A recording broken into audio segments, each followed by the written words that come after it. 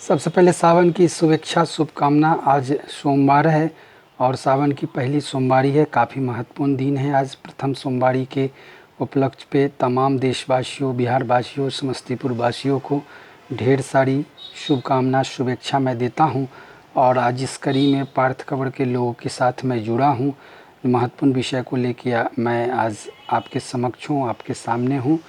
और वीडियो बनाने से पहले मैं इस पूरे प्रकरण, जिस विषय को लेकर मैं वीडियो बना रहा हूँ, उसके संदर्भ में शीर्षक बता दूं कि जो अभी वर्तमान में जो वोटर का सर्वे चल रहा है, पुनः निरीक्षण सर्वे, उसके संदर्भ में मेरा ये वीडियो है। इसलिए मैं इस पे खुल के कुछ बातों को रखने की कोशिश करूँगा।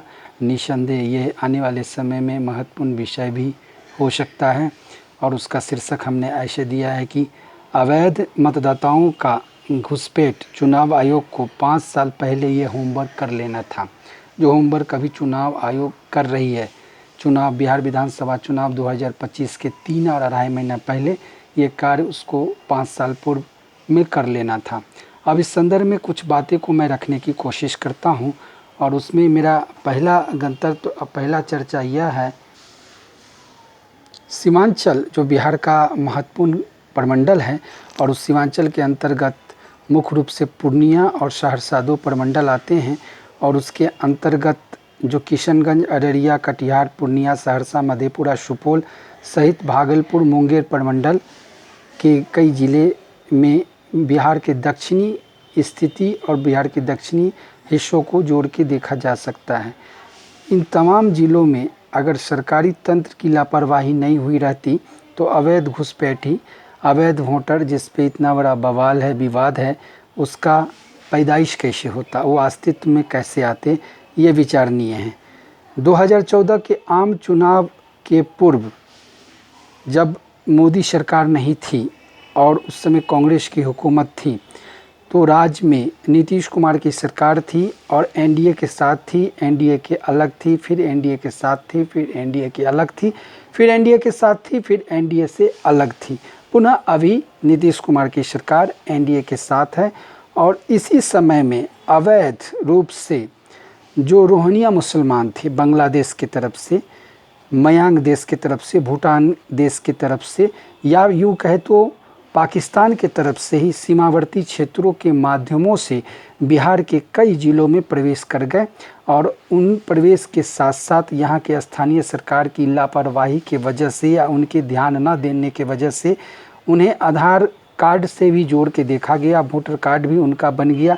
स्थिति ये हुई कि आज उन्हीं लोगों की परेशानी की वजह से तमाम ऐसे व्यक्ति भी परेशान हैं जो इस गैर और अवैध घुसपैठ वोटरों की वजह से योजनाओं के लाभ से वंचित हैं। योजनाओं के महत्वपूर्ण विषयों से लाभ से वो काफ़ी वंचित है।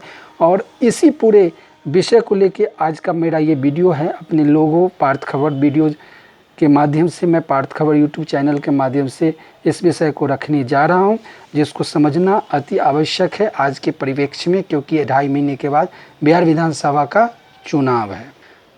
अगर उत्तर बिहार की तरफ अगर आएंगे तो मोतिहारी, पूर्वी चंपारण और पश्चिमी चंपारण के सीमावर्ती जिला से सटे नेपाल का सीमा होता है। और वहाँ से नेपाली घुसपैठ भी अपने हिंदुस्तान में वोटर बन चुके हैं। इसमें कोई किंतु परंतु और कोई असत्य बात नहीं है। ये जांच का विषय है, सर्वे का विषय है और समझने की इसको ज़रूरत है। इसी रूट संपर्क के सहारे फर्जी तरीके से नागरिकता ले चुके, आधार बनवा चुके, वोटर कार्ड बनवा चुके लाखों विदेशियों को उनके देश में भेजने का कार्यक्रम है। यह वोटर नेपाली, बांग्लादेशी, पाकिस्तानी भी हो सकते हैं। ये विचारणीय विषय है कि जो वोटर हैं अपने यहाँ, जिसके लेके इतना बड़ा हंगामा है, छटनी है, उनके हटाने, उनको भगाने की जो कार्यक्रम चुनाव आयोग के माध्यम से किया जा रहा है और जिसके लेके महागठबंधन के बड़े बड़े नेता बयानबाजी दे रहे हैं, उसको हकीकत के तौर पे देखा जाए तो हमारे हिंदुस्तान के वो थे ही नहीं। उन्हें लाया गया था, उन्हें वोटर बनाया गया था और सियासत करने वाले उन्हें वोट बैंक के रूप में देखते हुए अपना वोट बैंक बनाने के उद्देश्य से ही उनको लाए थे। और ये काफ़ी महत्वपूर्ण और ख़तरनाक है पूरे हिंदुस्तान की राष्ट्रीयता, संप्रभुता और राष्ट्र की सुरक्षा के उद्देश्य से। अब सवाल यह बनता है कि राज्य सरकार, भारत सरकार के द्वारा निर्धारित विभिन्न लोक कल्याणकारी योजना का लाभ भी इन लोगों को घुसपैठी के तौर पे दिया गया और ये लोग लिए भी।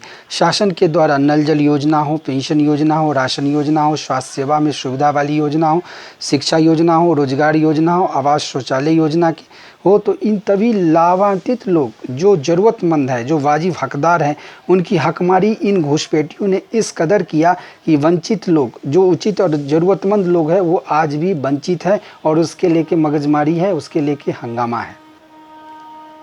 रही बात भारत सरकार की स्कीम की, तो भारत सरकार के स्कीम के अंतर्गत गैस सिलेंडर योजना, पेयजल योजना, आवास योजना, आयुष्मान योजना, शिक्षा योजना, रोजगार गारंटी योजना, आवास योजना, स्वरोजगार गारंटी योजना में भी अवैध रूप से इन्होंने घुसपैठ किया और इन्हीं घुसपैठों की वजह से वाजिब हकदार लोग जो हमारे हिंदुस्तान के मूल वोटर थे, मूल निवासी थे, उनकी हकमारी कर दी गई। अब इस बात को लेके काफ़ी बवाल हो रहा है, लोग इस पे अपनी अपनी भावनाओं को डाल रहे हैं, अपनी अपनी टीका टिप्पणी दे रहे हैं, अपनी अपनी बात को विरोध के तौर पे तर्क के पूर्ण में दे रहे हैं, लेकिन ज़मीनी सच्चाई कुछ इस तरह ही है और ये कटु सत्य है, इसमें कोई किंतु परंतु वाली बात नहीं है। अब उन लोगों को खास करके रोहिंग्या मुसलमान, रोहिंग्या मुस्लिम, बांग्लादेशी, पाकिस्तानी, नेपाली, भूटानी, म्यांमारी वोटरों को हकाल कर, भगा कर उनके हक दो, हमारे मूल भारतीयों के हक को छीनने का काम किया। उन हक को वापसी अपने मूल भारतीयों को देने का काम चुनाव आयोग के माध्यम से एक प्रयास किया गया है, एक शुरुआत किया गया है और जिसके लेके काफ़ी ज़बरदस्त हंगामा है। हालांकि सुप्रीम कोर्ट ने स्पष्ट रूप से अपनी प्रतिक्रिया देते हुए ये कहा है कि संवैधानिक दायित्व बताया है, पूरे देश में अवैध तरीके से बस चुके वोटरों को हटाना चुनौती हो रहा है। महागठबंधन में सम्मिलित सभी राजनीतिक दल इसको वोट बैंक से जोड़ते हुए उसके पक्ष में बयानबाजी करते हैं, लेकिन अगर हकीकत में जाएंगे तो ये बयानबाजी उनके लिए गलत है। अगर जनता ने चाह लिया तो महागठबंधन के जो नेता हैं उसी में से किसी न किसी को मुख्यमंत्री बनने का अवसर मिल जाएगा, लेकिन जनता इस अवैध वोटरों के सहारे और राजनीतिक पार्टी इस अवैध वोटरों के सहारे उस खास व्यक्ति विशेष को अगर सत्ता का सुख मिल जाए तो ये हिंदुस्तान के लिए, बिहार के लिए और हर जिला के लिए काफ़ी ही राष्ट्र विरोधी साबित हो सकता है आने वाले समय में। इसलिए इस पर एक्शन लेने की काफ़ी दरकार है, ज़रूरत है, समझने की काफ़ी ज़रूरत है। महागठबंधन के नेता तेजस्वी यादव हमेशा प्रेस कॉन्फ्रेंस में सरकार की खिल्ली उड़ाते हैं कि शासन उनका, सत्ता उनका, फिर घुसपैठी कैसे आए, वोटर कार्ड कैसे बना, आधार कार्ड कैसे बना, राशन कार्ड कैसे बना, आवास की सुविधा उनको कैसे दी गई, क्योंकि सरकार में नीतीश कुमार थे और नीतीश कुमार बीजेपी के साथ थे या राजद के साथ थे, लेकिन कहीं न कहीं कटघरे में नीतीश कुमार को खड़ा किया जा रहा है कि गृह मंत्रालय उनके पास था, तो इस तरह की बातें को सामने में आने की ज़रूरत क्यों पड़ी, ये जांच का विषय था। और उसी समय ये जांच करवा लिया जाता, उसी समय इसकी स्पष्टता करवा ली जाती, उसी समय ये सत्यता सामने में आ जाती कि अवैध घुसपैठी जो पूरे बिहार के साथ साथ पूरे हिंदुस्तान में फैले हैं उस पर रोकथाम लग जाता। लेकिन ये कदम, ये फैसला में काफ़ी चूक हुआ है। सरकार देर से ही जगी है लेकिन कठोर डंडे के साथ जगी है और इस बार जितने भी फर्जी और फालतू और अवैध रूप से घुसपैठी वोटर बन के सरकारी योजना और देश के हित के, देश की सुरक्षा के साथ खिलवाड़ कर रहे हैं, उनको भगाने का काम भी चुनाव आयोग के माध्यम से ही प्रथम प्रयास में करने की कोशिश की जाएगी। ये भी कटु सत्य है। तेजस्वी यादव का कहना है हर विधानसभा में अगर इस तरह की बातें को सामने में लेके आई तो हर विधानसभा में उनका जो बेसिक मूलभूत वोटर हैं 3 से 5 हज़ार वो शिफ्ट हो जाएंगे।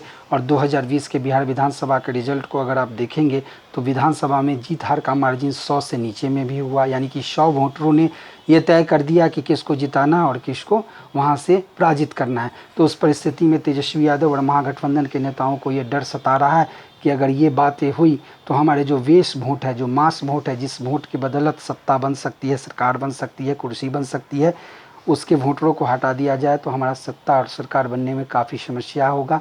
और इसी लिहाजे से महागठबंधन के नेता चिल्ला-चिल्ली कर रहे हैं, सड़क बंद कर रहे हैं, आंदोलन कर रहे हैं, धरना कर रहे हैं, प्रदर्शन कर रहे हैं। लेकिन ज़मीनी सच्चाई को उनको भी समझना चाहिए कि अगर मतदाता, आम वोटर, जो ओरिजिनल वास्तविकता हिंदुस्तान के वोटर हैं, वो अगर चाह ले तो नीतीश कुमार की सरकार हट जाएगी और महागठबंधन की सरकार बन जाएगी। अगर जनता चाहेगी तो ही नीतीश कुमार की सरकार हटेगी, चाहे आप कुछ भी कर ले, ये तो जनता के हाथ में है। लेकिन अवैध तरीके से, गलत तरीके से जो वोटर बने हैं उनके मार्फत आप सत्ता का सुख लेना चाहते हैं तो ये राष्ट्र हित के लिए काफ़ी कष्टकारी, काफ़ी दुखदायी और काफ़ी संकट हो सकता है, क्योंकि राष्ट्र हित प्रथम होता है। राष्ट्र की सुरक्षा, राष्ट्र की बात करने की बात अगर आए तो उसके लिए राजनीतिक पार्टियों को राजनीति से ऊपर उठ के बात करना चाहिए, क्योंकि पहले राष्ट्र हित सबसे बड़ी बात होनी चाहिए। ऐसे में 50 सीटों पे जहां महागठबंधन को जीत मिली थी, वहां उन लोगों को खतरे की घंटी सुनाई दे रही है। उन्हें आभास हो रहा है कि इसी 50 सीटों पे हम सीट लूज कर जाएंगे और सत्ता से दूर हो जाएंगे। तो ये तो भाई व्यक्तिगत है, पार्टी के ऊपर उससे सोच के राष्ट्र हित की बात को सोचना चाहिए। इस पूरे वीडियो में मेरा पूरा का पूरा कहने का मतलब तात्पर्य यही है कि अवैध घुसपैठी जो हमारे हिंदुस्तान के हर क्षेत्र में प्रवेश कर चुके हैं, उनके लिए चुनाव आयोग पूरे हिंदुस्तान में एक रणनीति के तौर पे, एक न्याय के तौर पर, एक कार्यक्रम के तौर पे भगाने और हटाने की योजना बना रही है। और इसको हिंदुस्तान के मूलभूत जो नागरिक हैं उनको स्वागत करना चाहिए। और अवैध घुसपैठी जो दूसरे देश से आके हमारे देश में बस चुके हैं, उनको भगाने में क्या दिक्कत है।